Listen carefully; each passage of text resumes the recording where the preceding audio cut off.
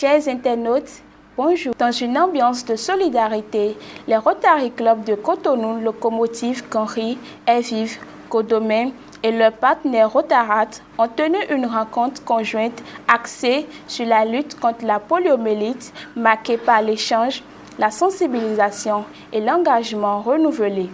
Reportage avec Précieux Papa. Cette réunion conjointe s'est voulue à la fois instructive et inspirante. Les participants ont eu droit à une présentation détaillée au programme d'appui global PAG sur la poliomyélite, permettant à chacun de mieux comprendre les enjeux de cette lutte historique menée par le Rotary International. Le virus de la poliomyélite, ou polio en abrégé, au départ, on a distingué deux types. Le virus sauvage, qui a trois formes, un type 1, un type 2 et un type 3. Et un peu plus récemment, on a distingué un autre virus circulant, mais ce virus est dérivé du virus atténué. Parce que pour fabriquer le vaccin, c'est un virus sauvage qu'on atténue. On lui coupe des gènes pour qu'il devienne moins virulent, mais malheureusement, il a muté et il a fabriqué un autre virus, qui est le virus donc dérivé des souches vaccinales. Le Rotary s'est uni à l'OMS, donc l'Organisation mondiale de la santé, à l'UNICEF, au CDC, le GATT, Gavi, et ils ont formé ce qu'on appelle l'initiative mondiale pour l'éradication de la polio. Et depuis ce temps, le Rotary et ses partenaires ont permis de faire en sorte que plus de 99% de la population mondiale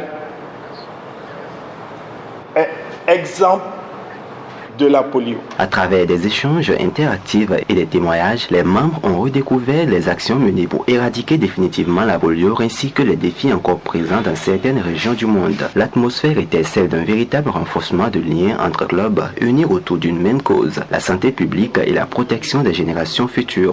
J'ai retenu que s'il est vrai que nous sommes à quelques pourcentages près pour en finir avec la poliomyélite dans le monde, il nous revient de pouvoir continuer les actions afin d'en finir définitivement. Parce qu'on dit souvent quand il reste à faire, rien à faire. Et c'est ça que nous avons vraiment retenu.